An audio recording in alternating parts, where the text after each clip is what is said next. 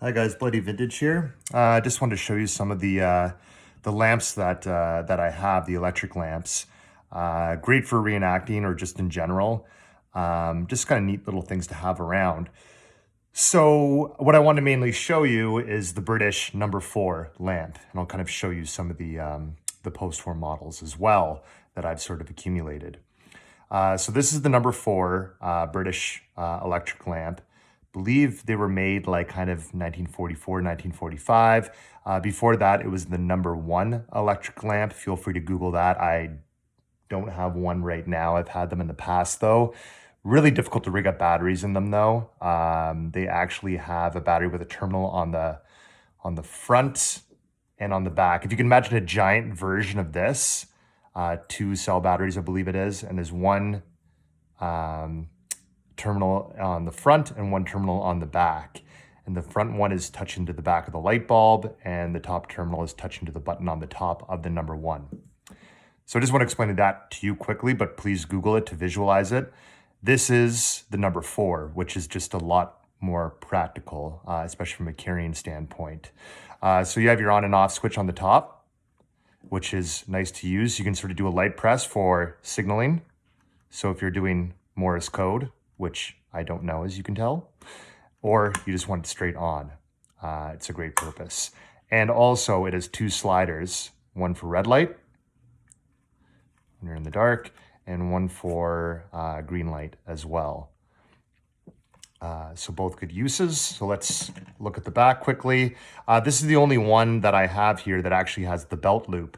So this can actually be backed off and unclipped and put onto your belt, as you can see, which is great. And then there's also one with a buttonhole that you can put on the button of your tunic or your battle dress trousers as well. I find the chest pocket works best, less bouncing around, but having this belt loop finally is really going to help, especially when walking around. That being said, it's pretty tight to open. It's pretty tight down this leather, so I'm not going to force it. Okay, so let's open it up.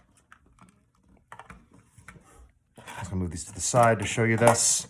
So what we have in here is obviously a modern Energizer battery. It's a 4.5 volts, which is the equivalent to 3 AAA batteries.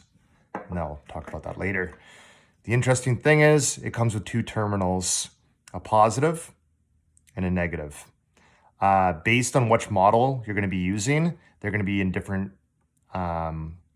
configurations. So for this one, if you take a close look, you can see that bent upright, the positive will go right in that little slot right there, and the negative will actually just touch the bottom of the light bulb.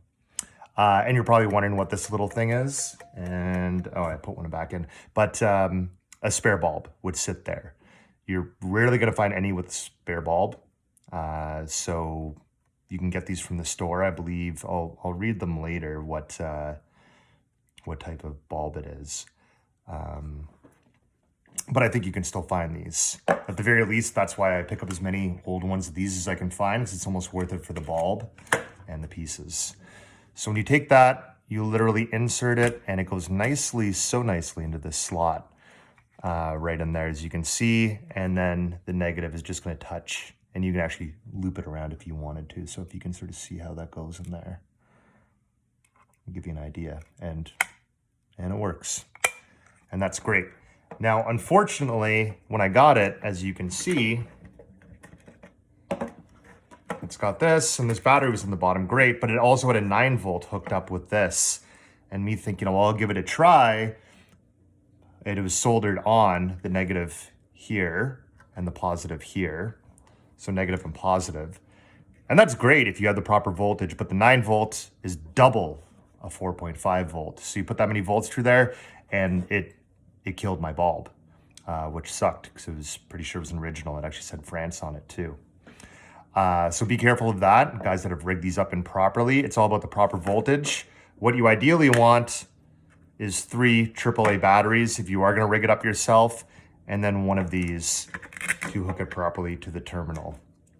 So you'd want one. This guy obviously didn't do it right either.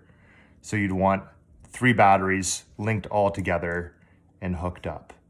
I'm not really an expert on electronics, but 3 AAA batteries equals 4.5 volts. So if you can't find this, find 3 of these with the proper carrier that can transfer all the voltage through to your piece. But these you can still find on Amazon. So check it out. I should probably snatch up actually a ton while I'm thinking of it. Okay, so that's the number 4 and the pieces that sort of came with it. The other ones I'm going to show you, this is actually a Daemon made in Germany. This is definitely post-war.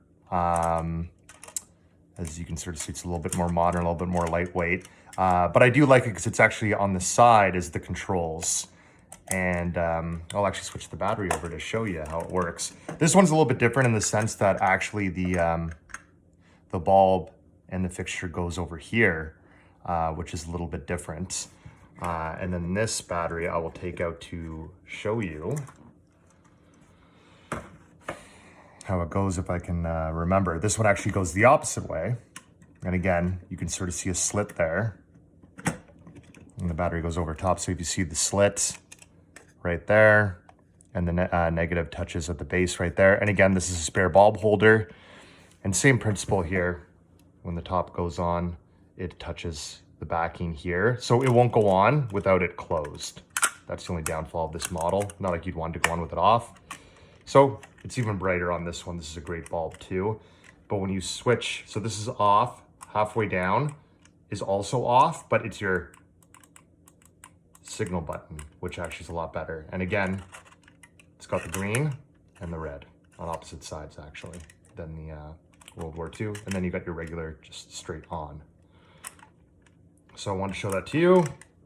The downfall of this, it's just got the 2 button holders.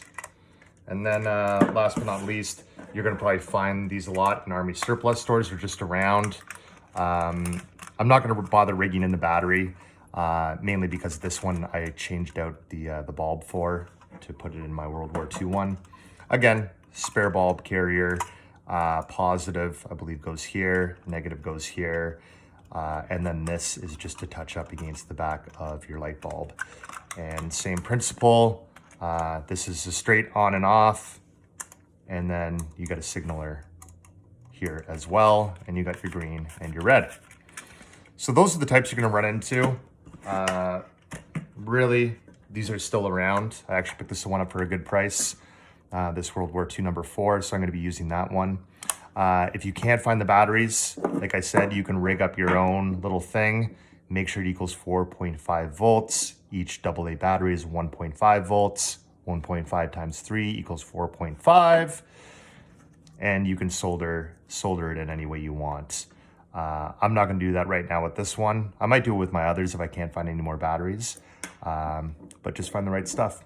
And that's basically what I wanted to show you today.